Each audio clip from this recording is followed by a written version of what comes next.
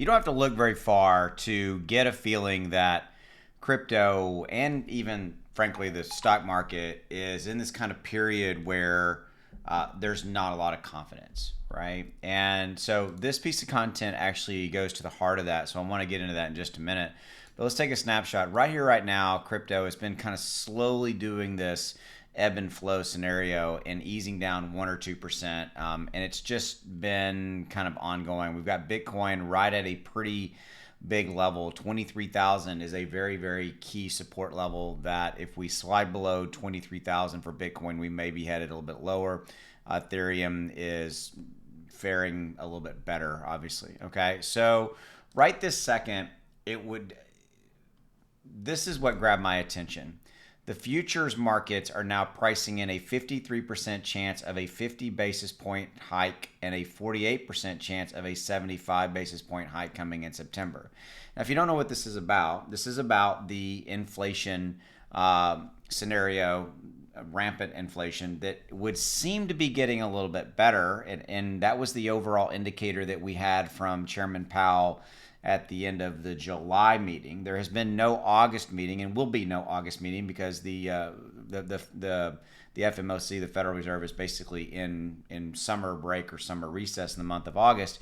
But we did get on August 10th, we did get the July CPI inflation data report, and we were expecting an 8.7% increase. We got an 8.5% increase, and that kicked off a pretty significant rally across the crypto and stocks. Okay, now, so and this line right here that's highlighted, that where my cursor is basically talking about the fact that it's pretty evenly split, meaning uncertainty in relationship to, is the Federal Reserve going to raise the base interest rate 50 basis points, or are they going to raise it 75 basis points? I think the overall market is expecting probably a 50 basis point raise.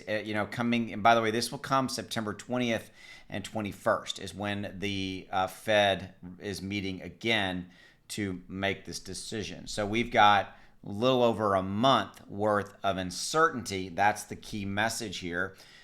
Leading up to that. And I think you can just see it and feel it in all of crypto. There is uncertainty. And when there is uncertainty, usually what happens is you get exactly what we've had the last couple of days. No real upward movement, no real downward movement, just kind of this, this down 1 or 2%, maybe up 0.5%, and the overall kind of gradual bleeding, if you will, of the market. Okay. So that's really what we're at. And it basically, there is a consensus, a feeling that even with the positive data report that we got, the inflation data report that we got, is the Fed may be focusing on right here where I've highlighted this. Let me move this up. Let me make this a bit bigger for you. That the Fed may be may focus on the personal consumption expenditures price index, which will be released later in August. Remember, we got the CPI, which is the inflation report, came out about on the 10th. It came out 7 days ago. So later this month in August, we're going to get the personal consumption expenditures price index. Say that really fast.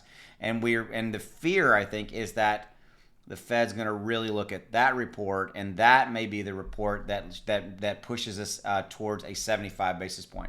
Okay, if we get a 75 basis point on September 21st on September 21st, I think that will have a potential to send the markets overall really lower, because I firmly believe that the kind of market's expecting a 50 basis point raise.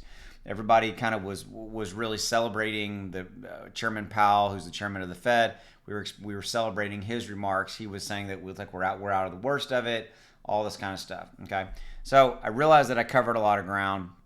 But really, at the end of the day, there is uncertainty, and the uncertainty is basically creating almost an exact split down the middle, which all that really means is that we are going to have this type of activity most likely until we get to September 20th or 21st. That's really what it comes down to. Obviously, if you haven't already done so, hit the subscribe button if you want to stick around. I cover macroeconomic conditions and kind of what's going on in crypto every single day, as well as cover other coins and tokens. And one goal, just keeping you more informed. As always, thank you for your support of myself, my videos, and my channel. I'll see you. Have a good one.